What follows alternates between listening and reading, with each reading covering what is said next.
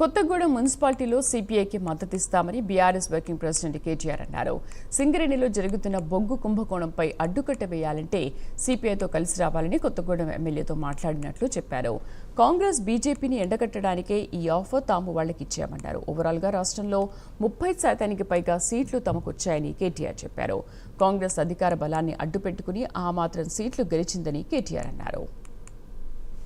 9-10 ఈ దోపిడీలో ముఖ్యంగా కాంగ్రెస్ బీజేపీ కలిసి పనిచేస్తూ ఉన్నాయి కాబట్టి వారిని నిరోధించడానికి సిపిఐ కలిసి వస్తే వారిని కూడా కలుపుకున్నాం. ఇక్కడికి వచ్చే ముందు మిత్రులు కొత్తగూడెం శాసనసభ్యులు రాష్ట్ర సిపిఐ సెక్రటరీ సాంబశివరావు గారితో కూడా మాట్లాడారు. కొత్తగూడెంలో కూడా అక్కడ కూడా సిపిఐకి 25 ఏదో వచ్చినట్టున్నాయి, మాకు 9-10 వచ్చినట్టున్నాయి. కాబట్టి నేను వారికి అయితే ఓపెన్ ఆఫర్ ఇచ్చినాను. సింగరేణిలో జరుగుతున్న కుంభకోణాలు, సింగరేణిలో జరుగుతున్న దుర్మార్గాలు, అరాచకాలకు అడ్డుకట్ట వేయాలి అంటే డెఫినెట్గా మేము మీతో కలిసి వస్తాము. కాంగ్రెస్ బీజేపీని అడ్డుకోవాల్సిన అవసరం ఉంది.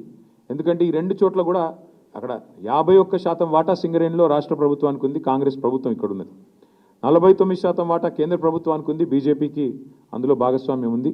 ఇన్ని అక్రమాలు జరుగుతున్నాయని చెప్పి మేము గొంతెత్తి ధర్నాలు చేసి క్షేత్రంలో ఘోషించి ప్రెస్ మీట్లు పెట్టి గవర్నర్ని కలిసి ఇంత హంగామా చేస్తే మరి ఇంతవరకు అటు కాంగ్రెస్ చప్పుడు చేయదు, ఇటు బీజేపీ చప్పుడు చేయదు.